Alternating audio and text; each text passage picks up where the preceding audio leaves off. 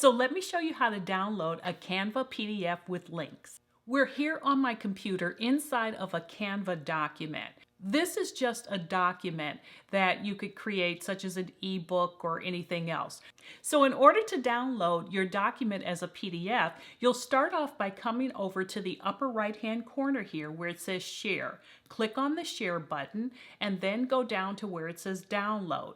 Click on Download, and then you're going to be presented with some options. The first thing is the file type. So once you click the down arrow, you're going to see that there are two options for PDF. One is PDF Standard, and that's going to be best for emailed documents. The other is PDF Print.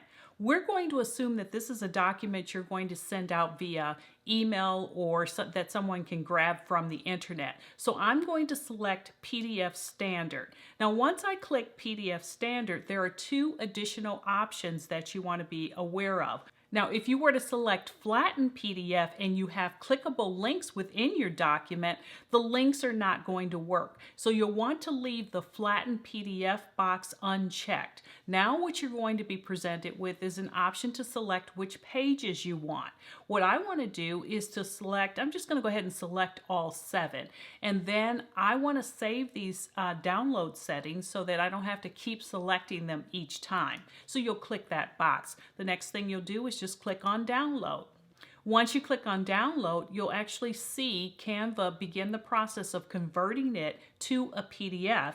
And then once it's done, you'll see that option here. Now what I'm going to do is click on that document so that you can now see it. Here's the PDF that you just downloaded from Canva.